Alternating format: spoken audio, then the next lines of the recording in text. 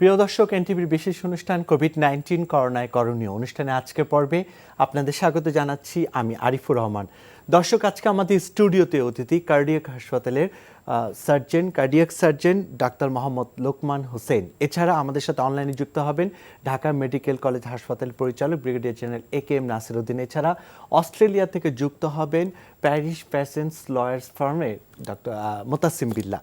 দর্শক, অনুষ্ঠানের শুরুতেই আমরা করোনা সংক্রমণ সামনের দিনে কি অবস্থা বিভিন্ন বিষয় নিয়ে আলোচনা করে থাকি। আজকে আমরা অনুষ্ঠানের শুরুতে যে বিষয়টি নিয়ে আলোচনা করব যে একজন কার্ডিয়াক পেশেন্ট করোনায় আক্রান্ত হলে তখন তাকে কি ধরনের চিকিৎসকরা পরামর্শ দেন আমাদের স্টুডিওর অতিথির কাছে, সেই বিষয়টি নিয়ে আমরা শুরুতে কথা বলবো। আপনাকে ধন্যবাদ জানাচ্ছি আমাদের আয়োজনে থাকার জন্য। প্রথমেই বলবো যে আপনি 20 বছর ধরে কার্ডিয়াক সার্জন হিসেবে কর্মরত আছেন, অনেক ধরনের জীবনের অনেক রূপ দেখেছেন, চিকিৎসা করতে গিয়ে অনেক ধরনের অভিজ্ঞতা হয়েছে।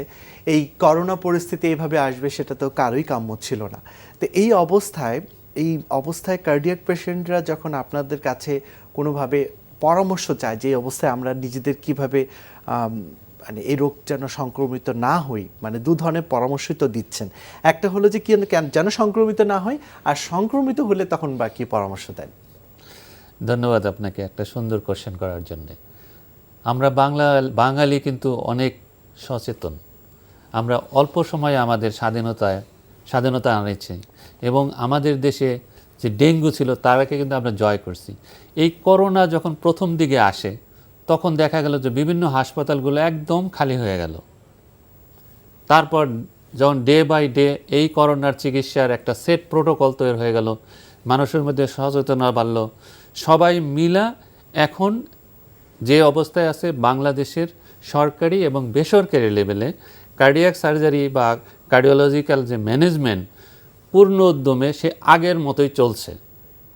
তবে আমাদের সেই আগের ট্রিটমেন্টের চেয়ে এখন একটা প্রোটোকল চেঞ্জ করা হয়েছে। আগে যেমন একটা রুগী যদি আমার কাছে বাইপাস করার জন্য আসতো বা ভালভ চেঞ্জ করার জন্য আসতো বা হার্টের ছিদ্র বন্ধ করার জন্য আসতো, আমরা আসলে পরে ওই দিন ভর্তি করতাম। ভর্তি করার পরে তার ফিজিক্যাল ফিটনেস আছে কিনা, সার্জারি করার মতো যে সমস্ত পরীক্ষা নিরীক্ষা আছে ওগুলো করার পরে নেক্সট ডেতে আমরা অপারেশন করতাম। কিন্তু ওই সেটটাকে আমরা এখন চেঞ্জ করছি। আসলে পেশেন্টটাকে আমরা ইনিশিয়ালি ভর্তি করার পরে তার অন্যান্য পরীক্ষার সাথে এই করোনার টেস্ট এবং ডেঙ্গু টেস্ট সব কিছু করার পরে যখন দেখি সে এগুলোর থেকে মুক্ত আছেন, তখন আমরা তাদেরকে অপারেশনের দিকে যাই। আপনি আর একটা কথা বলছেন যে আগের তুলনায় এখন কোনো ডিফারেন্স আছে কি নাই। আমি একটা জিনিস ক্লিয়ার করতে চাই, যারা হার্টের রক্তনালী ব্লক আছে তাদের যদি রিং পরানো হয়ে থাকে বা যাদের বাইপাস করা হয়ে থাকে তাদের মধ্যে কোনো চিন্তার অবকাশ নাই। তারা কিন্তু সাধারণ মানুষ, কারণ আপনার ব্লক যেটা ছিল ওটা ছুটে দেওয়া হয়েছে।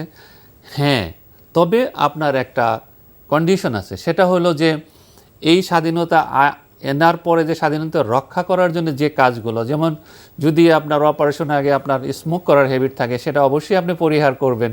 যদি আপনার ডায়াবেটিস থাকে সেটা অবশ্যই আপনি কন্ট্রোল করবেন।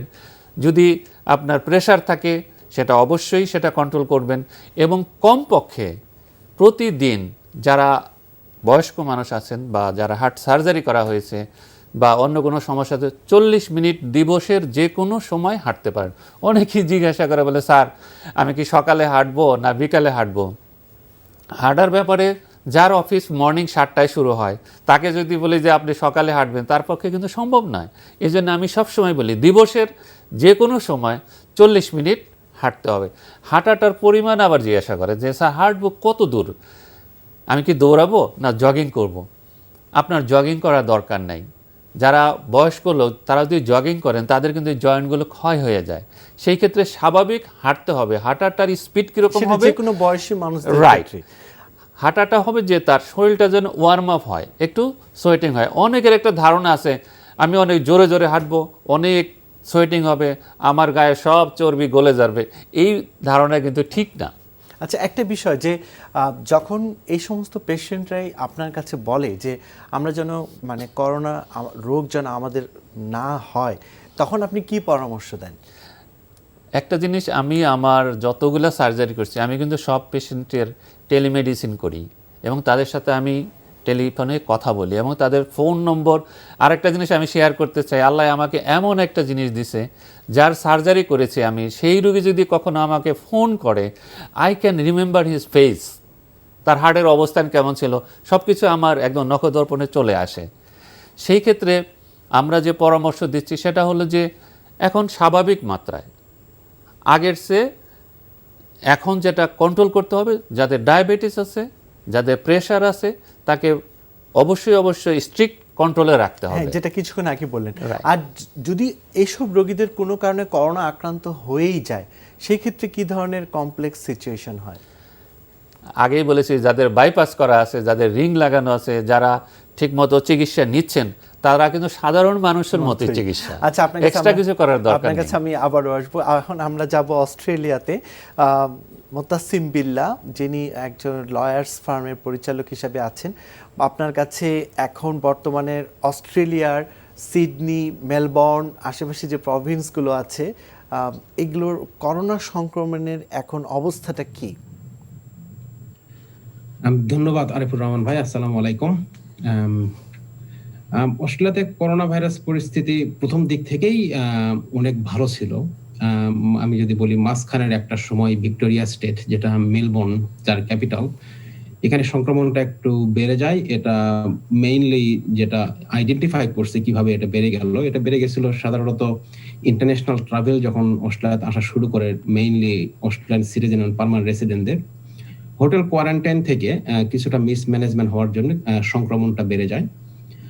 গত কয়েক সপ্তাহ ধরে আপনি যদি দেখেন, গত 2 সপ্তাহ ধরে সিডনিতে কমিউনিটি সংক্রমণ অলমোস্ট জিরো।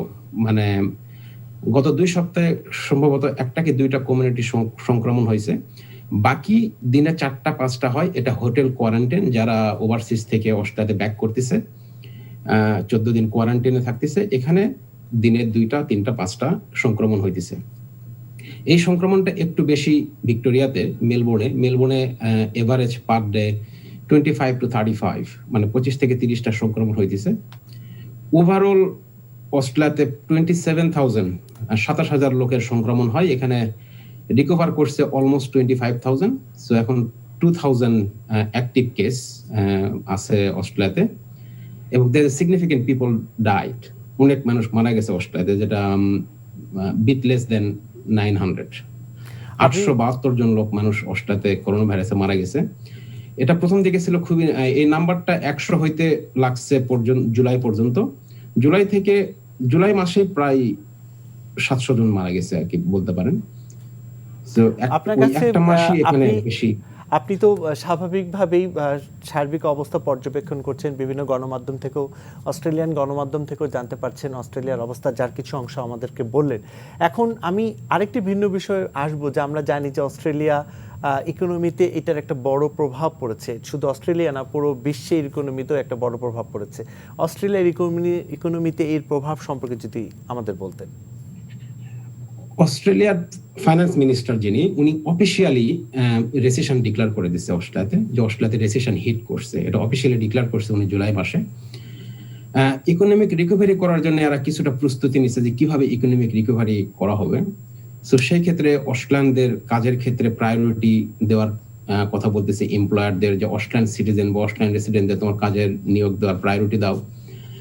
আর একটা ইনফরমেশন যেটা করতেছে, যে ওভারসিজ বিভিন্ন দেশ থেকে যারা বিজনেস ভিসা করতে চায় অস্ট্রেলিয়াতে, এই মুহূর্তে অস্ট্রেলিয়াতে শুধুমাত্র অস্ট্রেলিয়ান সিটিজেন এবং অস্ট্রেলিয়ান রেসিডেন্টরা ট্রাভেল করতে পারবে, অন্য কেউ করতে পারবে না। গত মাসে সেপ্টেম্বরের প্রথম সপ্তাহে অস্ট্রেলিয়ান গভর্নমেন্ট অ্যানাউন্স করছে, যারা বিজনেস এবং ইনভেস্টমেন্ট ভিসা অস্ট্রেলিয়াতে করতে চায় তাদের জন্য ট্রাভেল ওপেন, তাদেরকেও অস্ট্রেলিয়াতে ট্রাভেল করতে দেওয়া হবে। সো অস্ট্রেলিয়া ইমিগ্রেশন প্রসেস, এরা যেটা আপনাদের ইকোনমিকে লিফট আপ করবে, এইরকম ভিসার জন্য এনকারেজ করতেছে ওভারসিজ সিটিজেনদের অস্ট্রেলিয়াতে অ্যাপ্লাই করার জন্য। তার মেইন একটা প্রোগ্রাম বিজনেস এবং ইনভেস্টমেন্ট ভিসা, যেখানে ইমিডিয়েটলি অস্ট্রেলিয়াতে ইনভেস্ট হবে বা ওভারসিজ থেকে বিজনেসম্যানরা আসবে, এখানে এমপ্লয়মেন্ট ক্রিয়েট হবে। মোতাসিম বিল্লাহ, তাহলে আমরা বলতে পারি যে এই মুহূর্তে অস্ট্রেলিয়ান সরকার যারা ইনভেস্টমেন্ট ভিসা কিংবা বিজনেস ভিসার জন্য অ্যাপ্লাই করবে, তাদের ক্ষেত্রে বিবেচনা করা হবে, অন্যান্য সেক্টরগুলো আপাতত অফ রয়েছে।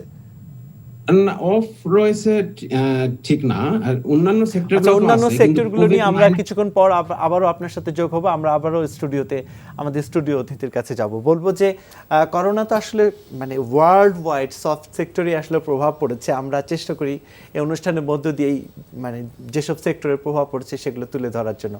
আগামীকাল বিশ্ব হার্ট দিবস, এই বিশ্ব হার্ট দিবসকে কেন্দ্র করে আপনার কিছু বলার আছে কিনা? প্রতি বছরই world heart federation world heart day পালন করে থাকে। আমি সবসময় একটা বলি যে হার্টের চিকিৎসা অনেক অনেক ব্যয়বহুল। তার কারণেই এই হার্টের যাতে কোনো রোগ না হয়, এই জন্যই কিন্তু এই দিবসটাকে বিভিন্ন আঙিনায় বিভিন্ন বছরে বিভিন্ন স্লোগানে আসে। এবার যে স্লোগানটা আসছে সেটা হলো use heart beat coronary artery disease.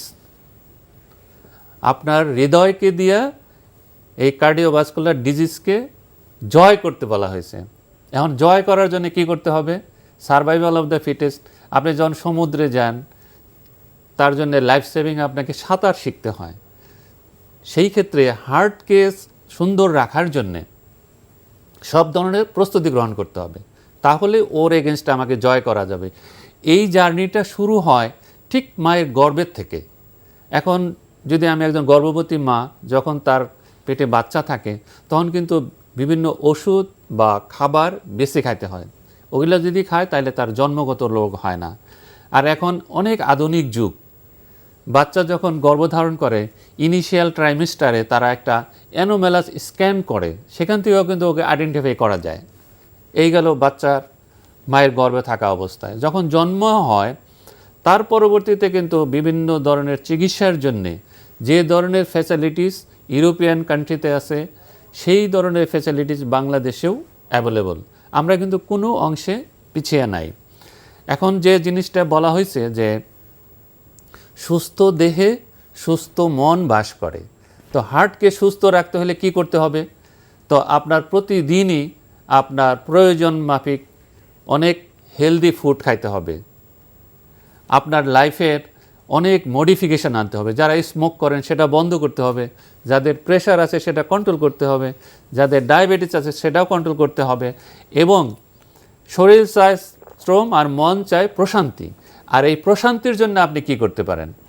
এখন এই করোনার এই প্যান্ডেমিক কালে আমি সবসময় বলি, আমাদের যারা সিটিজেন, সিনিয়র সিটিজেন ঢাকা শহরে আছেন, তারা কিন্তু ইজিলি আপনার গ্রামের অনেক দরিদ্র পরিবার আছে, তাদের সাথে বিভিন্নভাবে তাদেরকে সাহায্য করে আপনার মনে প্রশান্তি মেটাইতে পারেন। আর যাদের ফ্যামিলি দেশের বাইরে থাকে, তারা বিভিন্ন সময় সকালে বা বিকালে সময় করে তার আত্মীয় স্বজনের সাথে ভিডিও চ্যাট করতে পারে। আর যাদের বই পড়ার অভ্যাস আছে তারা বই পড়তে পারে।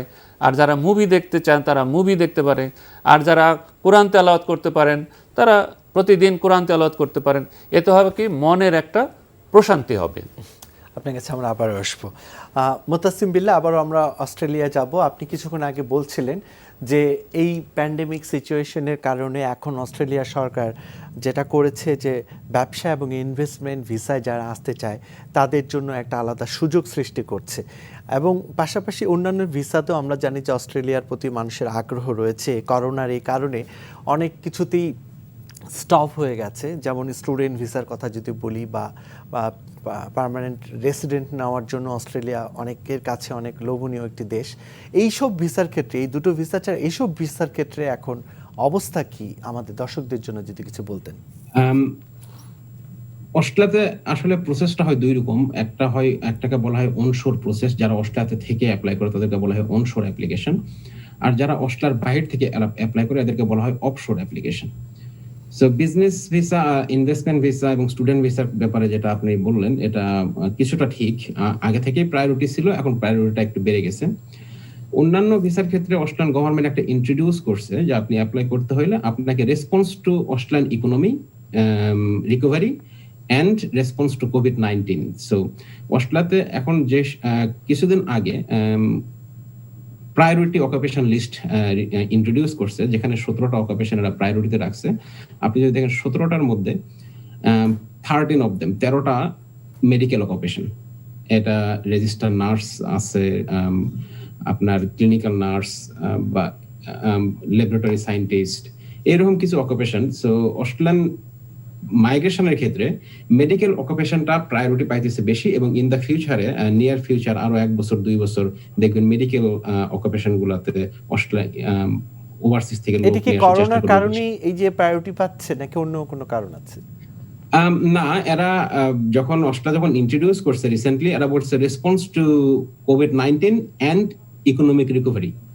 সো দুইটা ক্ষেত্রে প্রায়োরিটি পাইতেছে, একটা রেসপন্স টু কোভিড-19 আর একটা পাইতেছে আপনার ইকোনমিক রিকভারি। সো দুইটা ক্ষেত্রেই এরা প্রায়োরিটি নিতেছে। সো ইকোনমিক রিকভারি আপনি দেখতেছেন ওভারসিজ থেকে স্টুডেন্ট হয়তোবা বেশি নিয়ে আসার চেষ্টা করবে ইন দ্য ফিউচারে। আর বিজনেস এবং ইনভেস্টমেন্ট মাইগ্রেশনে একটু ফ্যাসিলিটি দেওয়ার চেষ্টা করতেছে, যে they can travel now even they want to. and medical occupation করতেছে রেসপন্স টু কোভিড-19। সো মেডিকেল অকুপেশন প্রায়োরিটি পাওয়ার প্রধানত কারণ কোভিড-19।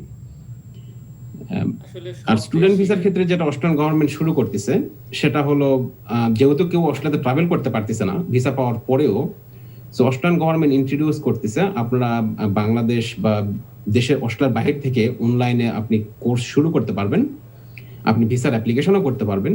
ভিসা ওরা অ্যাপ্লিকেশন ওরা ফাইনালাইজও করবে, application approve or refuse what ever ওরা ফাইনালাইজও করবে, কিন্তু আপনি অস্ট্রেলিয়াতে আসতে পারবেন না যতক্ষণ পর্যন্ত আপনার বর্ডার, অস্ট্রেলিয়ান বর্ডার না ওপেন হয়েছে ইন্টারন্যাশনাল সিটিজেনদের জন্য।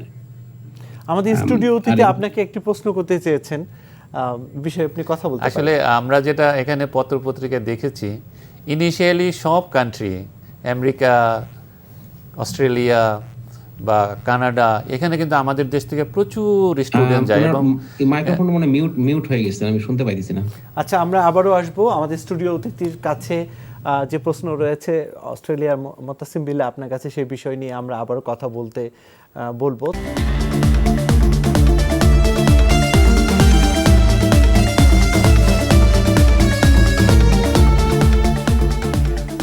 অনুষ্ঠানে এখন আমরা কথা বলবো করোনা ভ্যাকসিন নিয়ে। যদিও এই ভ্যাকসিন আমরা জানি পুরো পৃথিবীতেই কয়েকটি ট্রায়াল চলছে, তার মধ্যে থার্ড ট্রায়ালে যে ভ্যাকসিনগুলো আছে সেগুলোর ব্যাপারে বিভিন্ন সময় আমাদের গণমাধ্যমে এসেছে। এই বিষয়গুলো নিয়ে কথা বলবো, পাশাপাশি সামনের দিনগুলো করোনা সংক্রমণ নিয়েও কথা বলবো। এখন আমরা এসব বিষয়ে কথা বলার আগে ঢাকা মেডিকেল কলেজের পরিচালক ব্রিগেডিয়ার জেনারেল এ.কে.এম. নাসিরউদ্দিন আমাদের সঙ্গে যুক্ত হয়েছেন, আমরা এখন তার সাথে কথা বলবো।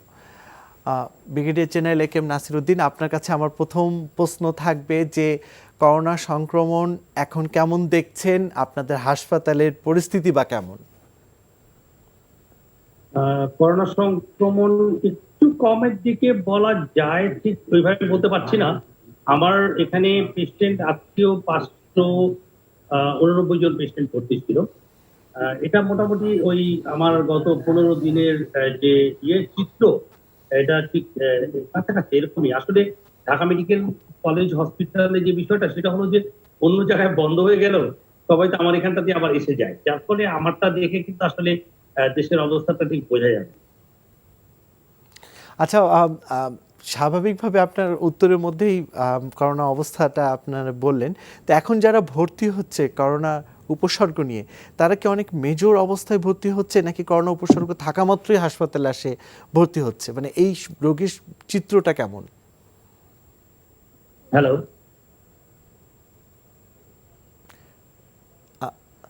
এখন যারা হাসপাতালে করোনার উপসর্গ নিয়ে ভর্তি হচ্ছে তাদের অবস্থাটা কেমন থাকে? মানে তারা কি খুব বেশি অসুস্থ হয়ে ভর্তি হয় নাকি নর্মাল কোনো করোনার উপসর্গ নিয়েই ভর্তিটা হচ্ছে?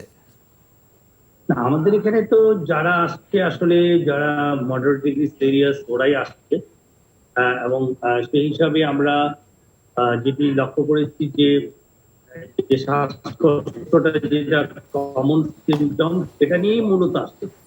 আর এর সাথে অনেকেই হয়তো আরো যে সমস্ত কোমরবিড নিয়ে আসে, সুতরাং সেই প্রবলেমগুলোর সঙ্গে থাকে, সেভাবেই আমরা হ্যান্ডেল করছি। আর আরেকটি বিষয় যে আইসিইউতে, মানে করোনার উপসর্গে আমরা জানি যে এক্সট্রিম অবস্থায় গেলেই আইসিইউতে আপনারা স্থানান্তর করেন।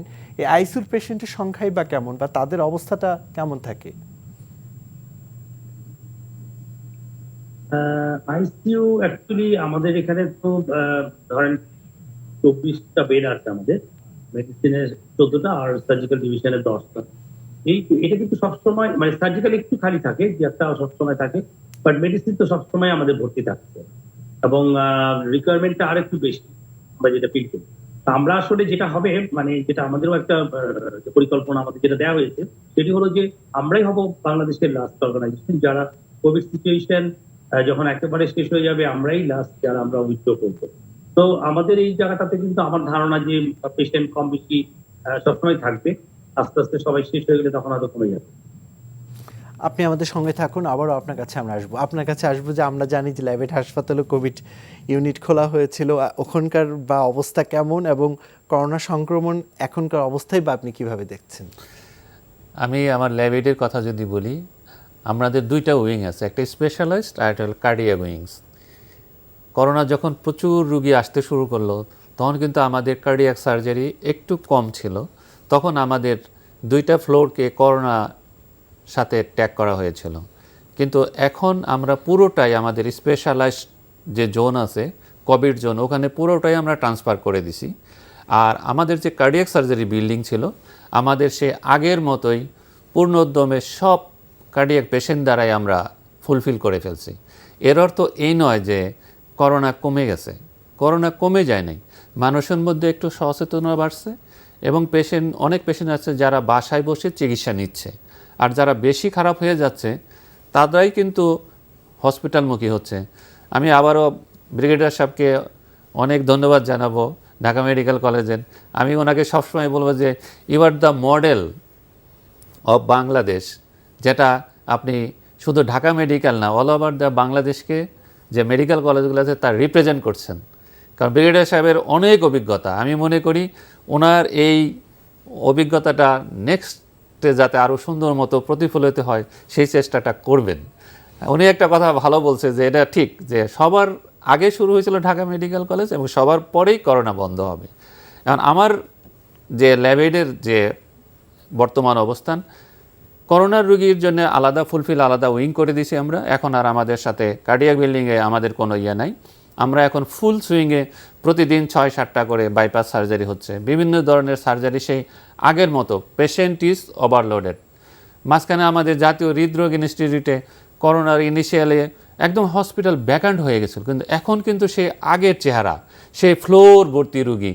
এখন আরেকটা জিনিস, এই করোনা প্যান্ডেমিকে আমাদের হার্টের রুগী যারা আছে ওনারা কিন্তু অনেক সাফারার হয়েছেন, কারণ যাদের হার্টের প্রবলেম আছে তাদের করোনার সিমটম, ভাইরাসের সিমটমটা একটু বেশি দেখা যায়।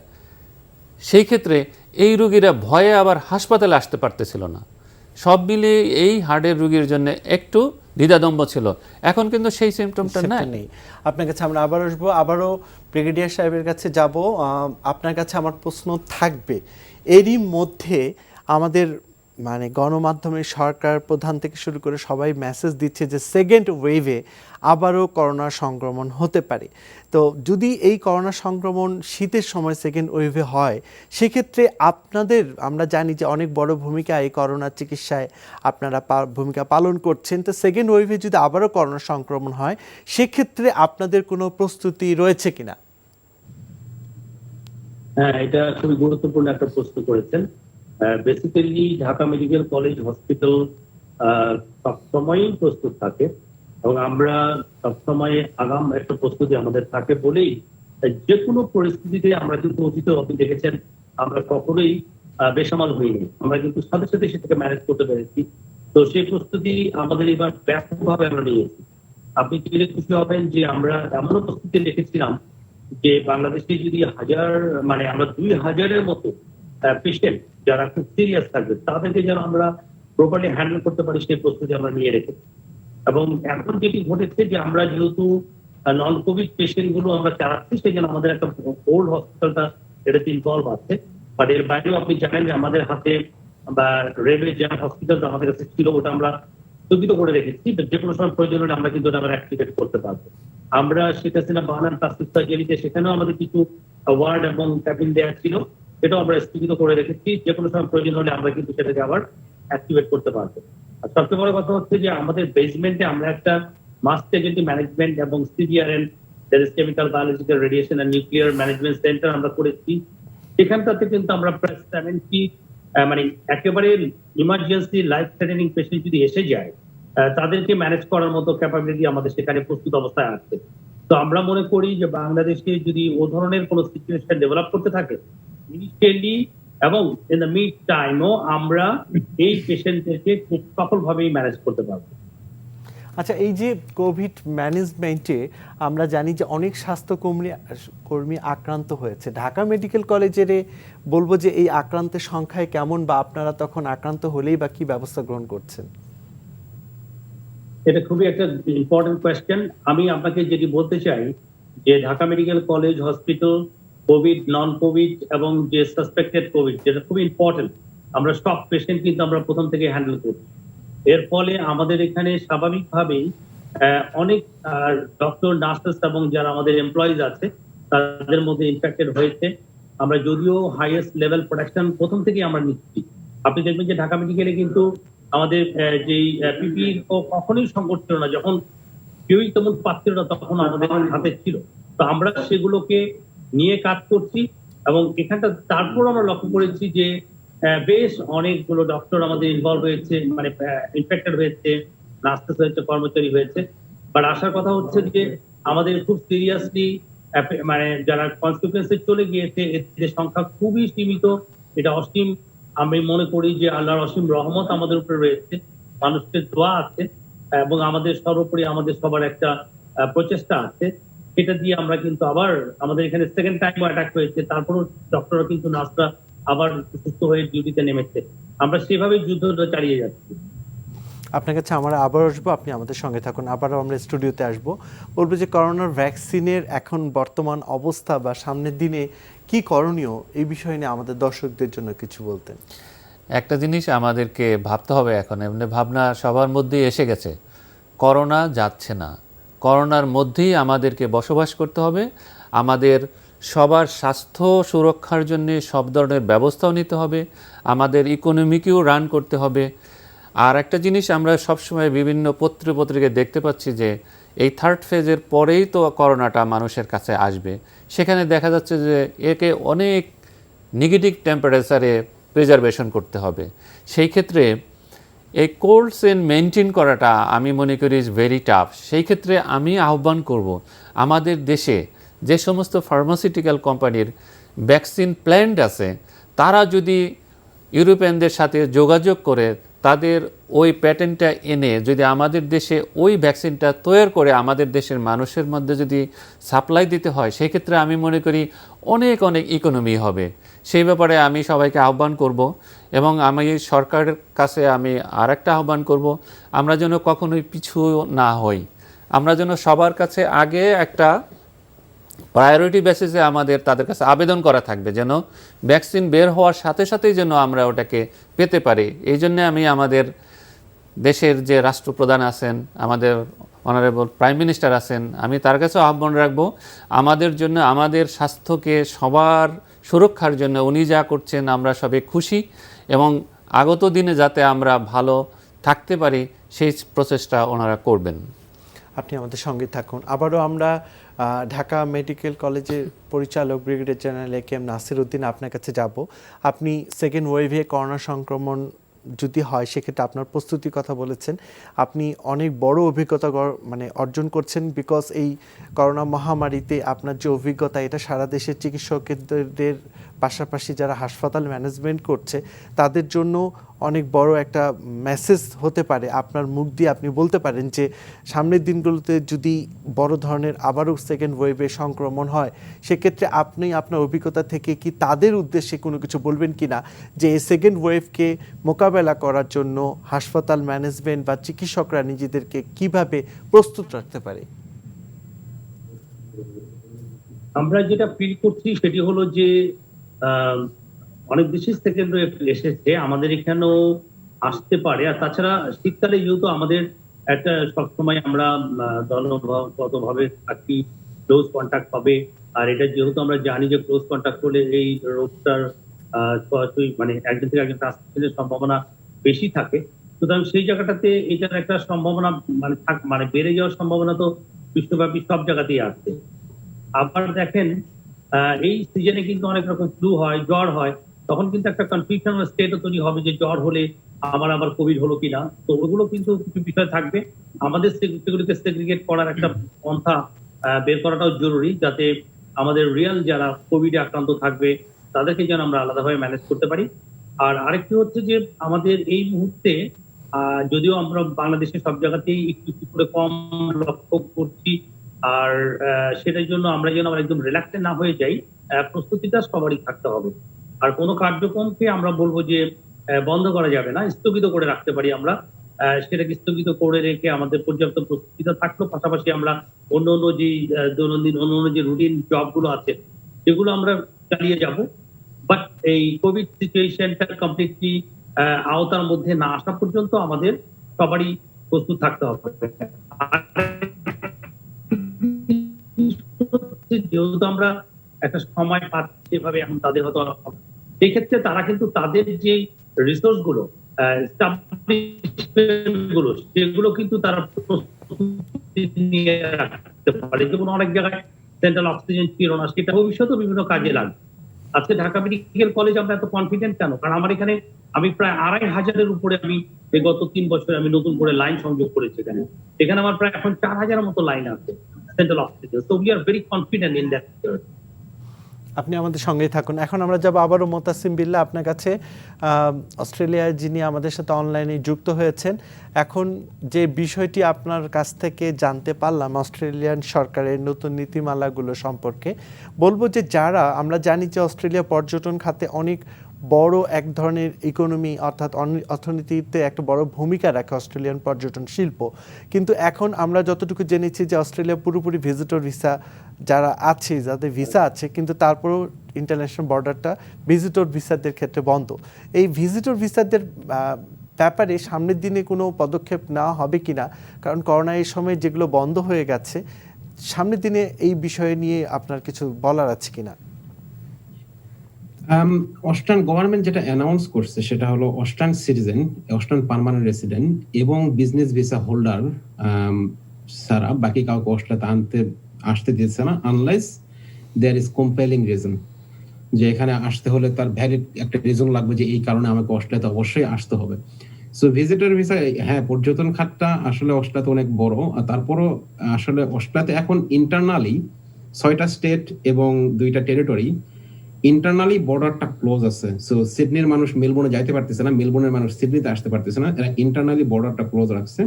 সো ইন্টারন্যাশনাল বর্ডারটা সেই ক্ষেত্রে নন সিটিজেন, যারা অস্ট্রেলিয়ার সিটিজেন না বা রেসিডেন্ট না, তাদের জন্য বন্ধ করে রাখা আছে।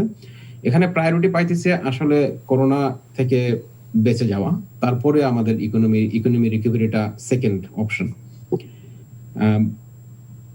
এই ক্ষেত্রে ভিজিটর ভিসা দেখা যেটা বলবো যে অস্ট্রেলিয়ান গভর্নমেন্ট ভিজিটর ভিসা দেওয়া শুরু করছে জুলাইয়ের 20 তারিখ থেকে, আবার মার্চের 20 তারিখ থেকে জুলাইয়ের 20 তারিখ পর্যন্ত visa offshore visa processing hold ছিল বা বন্ধ করে রাখা ছিল। জুলাইয়ের 20 তারিখ থেকে ভিসা প্রসেসিং শুরু হয়েছে। অস্ট্রেলিয়ান গভর্নমেন্ট এখন অনেক ভিজিটর ভিসা গ্রান্ট করতেছে এবং অনেক স্টুডেন্ট ভিসা গ্রান্ট করতেছে, কিন্তু ইন্টারন্যাশনাল বর্ডার ওপেন না হওয়া পর্যন্ত আপনি অস্ট্রেলিয়াতে আসতে পারবেন না। সো দেয়ার ইজ এ লঙ্গার, আপনাকে অনেক লম্বা পিরিয়ড দিতেছে, এর মধ্যে অস্ট্রেলিয়াতে ঢুকতে পারবেন অ্যাপ্রক্সিমেটলি 12 মান্থ। সো 12 মাসের মতো সময় দিতেছে আপনার ভিসাতে, যে 12 মাসের মধ্যে আপনার অস্ট্রেলিয়াতে ঢুকতে পারবেন। আচ্ছা, করোনা এই সময় আপনি বললেন যে অস্ট্রেলিয়ান সরকার স্টুডেন্ট ভিসা গ্রান্ট করছে, ভিজিটর ভিসাও গ্রান্ট করছে, তো আবার বলছেন যে আবার ইন্টারন্যাশনাল ভিসা দেওয়ার পরেও কেন ইন্টারন্যাশনাল বর্ডার আবার 12 মাসের জন্য বন্ধ ঘোষণা করেছে? 12 মাসের জন্য বন্ধ করে নাই, অস্ট্রেলিয়ান গভর্নমেন্ট 12 মাস সময় দিতেছে যে ভিসা গ্রান্ট হওয়ার 12 মাসের মধ্যে আপনারা অস্ট্রেলিয়াতে আসতে পারবেন। সো অস্ট্রেলিয়ান বর্ডার কবে ওপেন হবে এটা নির্দিষ্ট কোনোভাবে সময় বলে নাই। অস্ট্রেলিয়ান ফাইন্যান্স মিনিস্টার একটা ইন্ডিকেশন দিছে যে দেয়ার ইজ এ পসিবিলিটি, উনি বলছে যে জানুয়ারি মাসের 1 তারিখে বর্ডার ওপেন হইতে পারে, বাট উনি ডিসকারেজ করছে অস্ট্রেলিয়ান সিটিজেন এবং যারা বিদেশ ওভারসিজ থেকে আসবে, উনি ডিসকারেজ করছে আপনারা টিকিট এখনই কিনেন না, কিন্তু আমরা ফার্দার অ্যানাউন্সমেন্ট দিব অস্ট্রেলিয়ান গভর্নমেন্ট, বাট একটা টাইম লাইন বলছে যে জানুয়ারি মাসের 1 তারিখের দিকে ওপেন হওয়ার একটা সুযোগ আছে, বাট আপনাদেরকে এয়ারলাইন টিকিট বুকিং দেওয়া থেকে বিরত থাকেন এই মুহূর্তে ফার্দার অ্যানাউন্সমেন্ট আসা পর্যন্ত। এই কারণে আপনি আমাদের সঙ্গেই থাকুন। আমরা মূল মেসেজটি আসলে পেয়ে গেছি যে ভিসা দেওয়া হলো, এখনও বর্ডার ওপেন হয়নি এবং এটাও অ্যানাউন্সমেন্ট হবে, সেটার জন্য সময়ের অপেক্ষা করতে হবে, সেটা জানুয়ারি শুরুতে হতে পারে। আবারও স্টুডিও অতিথি আপনার কাছে আসবো, যে বলবো করোনা সংক্রমণ, আপনি স্বাভাবিকভাবে জীবনযাত্রা কিন্তু অনেকটা স্বাভাবিক অবস্থায় কিন্তু দেখা যাচ্ছে, মানুষ অনেকে স্বাস্থ্যবিধি মেনে চলছে না, তারপরেও দেখা যাচ্ছে যে অনেকটাই আমরা লক্ষ্য করছি যে এই অবস্থাগুলো থেকে উত্তরণের জন্য একটা শ্রেণীর মানুষ কিন্তু কোনো রকম স্বাস্থ্যবিধি মেনে চলছে না। তো এই সার্বিক অবস্থাগুলোকে আপনি কিভাবে বলবেন? ওই এত দিক একটা জিনিস ভাবতে হবে যে সবার অ্যাটিটিউড এক না। হ্যাঁ, কেউ আছে যে একটা কথা একবার করলেই মানবে, আর একজন আছে ড্যাম কেয়ার ভাব। এটাকে আমি বলবো যে এটা সচেতনতা। এই ব্যাপারে আমি আমার সরকারের প্রতি আহ্বান জানাবো, এই আইনটাকে যেন কঠোর করা হয়। এই মাস্ক পরার ব্যাপারে বিভিন্ন দেশে বিভিন্ন ধরনের আইন করা হয়েছে, কাউকে জরিমানা করছে। আবার একটা পত্রিকায় দেখলাম যে যারা যদি কেউ মাস্ক না পরে, তারা করোনার যেখানে কবর দেওয়া হয় ওখানে তাদেরকে কাজে লাগানো হবে। এই ধরনের যদি কোনো ভয়ভীতি দেখানো হয়, মানুষ তো সহজেই কোনো কিছু নিতে চায় না, তবে তার ভয়াবহতা সম্বন্ধে বোঝাতে হবে, সাথে তার জন্যে আইনি ব্যবস্থা নিতে হবে, তাহলে মানুষ এটা স্বাভাবিকভাবে নেবে। আমি আর একটা মেসেজ দিতে চাই, অন্যান্য দেশের মতো, অন্যান্য দেশে যেমন তাদেরকে বলা হয়েছে যে ফ্লু ভ্যাকসিন, তারা 100% লোকদেরকে ফ্লু ভ্যাকসিন দিতে বলা হয়েছে। আর সেই ক্ষেত্রে আমাদের দেশের প্রেক্ষাপটে আমরা কিন্তু ওই রকম সিজনাল রোগের জন্য ফ্লু ভ্যাকসিনে কিন্তু আমরা নেই না। তবে আমার একটা আহ্বান থাকবো, যাদের কোমরবিড কন্ডিশন আছে, সিনিয়র সিটিজেন আছেন, যাদের ফুসফুসের সিওপিডি আছে বা আদার্স কোনো জটিল রোগ আছে, তাদেরকে আমি আহ্বান করব যে সিনিয়র সিটিজেন যারা আছেন তারা একটা ফ্লু ভ্যাকসিন নিলে খারাপ না। এক্ষেত্রে সামনে যত ঝড়ই আসুক না কেন, ঝড়ের একটু মোকাবেলা করার জন্যে পূর্ব প্রস্তুতি হিসাবে আমি সিনিয়র সিটিজেনকে একটু আহ্বান করব তারা যেন ফ্লু ভ্যাকসিন নিয়ে নেয়, তাহলেও একটা সাইড মনে হয় একটু ইমপ্রুভ করবে। আপনি আমাদের সঙ্গেই থাকুন, আবারও আসবো। আবারও মুত্তাসিম বিল্লাহ আপনার কাছে যাব, বলবো যে করোনা সংক্রমণ যখন শুরু হয়, আমরা দেখেছি বা আমরা গণমাধ্যম থেকে কর্মী হিসেবে জেনেছি যে অস্ট্রেলিয়ায় সিডনি, মেলবোর্ন সহ অন্যান্য প্রভিন্সগুলোতে মানুষের ভিতরে স্বাস্থ্য সচেতন হওয়াটা সেভাবে দেখা যায়নি, মানুষ স্বাভাবিক জীবনযাপন করছিল, কিন্তু একটা পর্যায়ে দেখা গেল যে হঠাৎ করে করোনা সংক্রমণ বেড়ে গেল।